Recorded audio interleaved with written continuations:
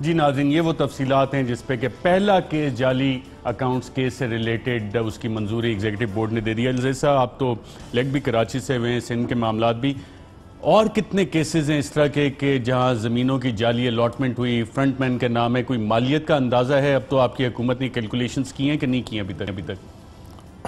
یہ جو آپ نے ساری چیزیں دکھائی ہیں جی آئی ٹی رپورٹ کے اندر بھی بڑی ساری چیزیں ہیں۔ اصل میں تو یہ investigative agencies, law enforcement agencies, یہ سارا ان کا کام ہے۔ اور میرا ابھی بھی خیال ہے کہ وہ آپ کھودتے چلے جائیں، یہ کھڈا گہرا ہوتا چلا جائے گا، یہ کوئی باٹم لیس پٹ ہے۔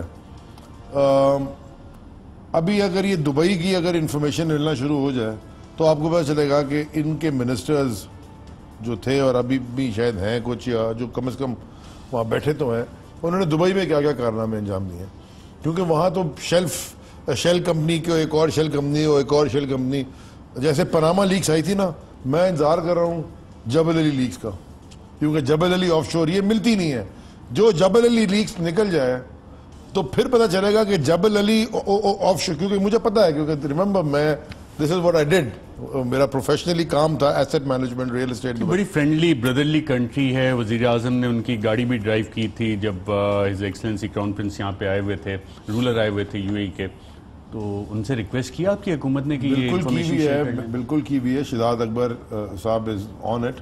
لیکن دیکھیں نا ان کے بھی پروسیس پروسیجرز ہیں۔ بائی دا وے یہ بڑی انٹرسٹنگ چیز میں نے اب دیکھی ہے کہ جو یہ پورا خطہ ہے نا، یہ جو مڈل ایسٹ، جیسے آپ سعودی، کویتی، قطر، یو اے ای، یہ اب یہاں بڑا فریم ورکس آ گئے ہیں، فائنینشیل انویسٹمنٹس کس طرح ہونی ہے، وہ پی این ایلز دیکھتے ہیں، وہ پہلے ہینڈ آؤٹس ہوتے تھے نا کہ چلا گیا جی 1 بلین دے دیا، 2 بلین دے دیا، now they want to see return on wherever they، so یہ وہ کافی اسٹرکچرڈ ہوتی جا رہی ہیں۔ دیٹس وائی وہ ان کے لیے بہتر ہے، جتنی زیادہ اسٹرکچرڈ ہوگی اکانومی اتنی زیادہ ٹرانسپیرنٹ ہوگی۔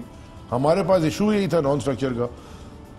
میں جو آپ سے کہہ رہا تھا کہ جس دن جبل علی لیکس آ گئی، آئے گی کسی دن انشاءاللہ، پتہ چلے گا کہ جبل علی میں کون سی کمپنیاں ہیں اور ان کمپنیوں کو کون سی، میں جو میری بات سن لیں، O E C D framework in place ہے، حکومت پاکستان کے پاس آف شور ہے نا، وہاں بھی فری زونز بنے ہوئے، جو میں آپ سے کہہ رہا ہوں ارشد، یہ آپ لکھ لیں۔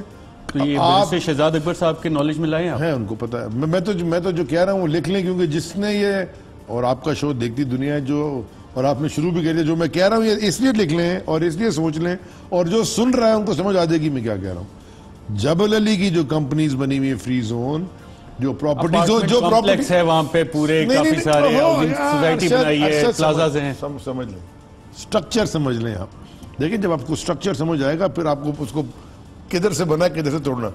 جبل علی کی جو آف شور بنی ہوئی ہیں ان کو کون سی بی وی آئیز اون کرتی ہیں، اور ان بی وی آئیز کے شیئر ہولڈر کون سے ہیں، کون سی کمپنیز ہیں جو کہ جرسی کمپنی کون سی ہولڈ کرتی ہیں، آپ سمجھ لیں میں نے آپ سے کیا کہا۔ بس جبل علی آف شور کو کون سی بی وی آئی اون کرتی ہے، اور اس بی وی آئی کے اندر جو شیئر ہولڈرز ہیں وہ کس جرسی آئلینڈ کی شیئر ہولڈنگ کمپنی کے مالک ہیں۔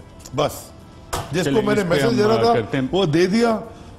یہ آپ انشاءاللہ، یہ اگر جس دن کھلے گی جبل علی لیکس، پتہ چلے گا پاکستان سے کتنا بڑا پیسہ وہاں پڑا ہوا ہے پاکستان کا۔ تو اس میں سندھ حکومت کے وزراء بھی آئیں گے، پیپلز پارٹی کے لوگ آئیں گے، بڑے بڑے آئیں گے، بس بڑے بڑے آئیں گے۔ اچھا،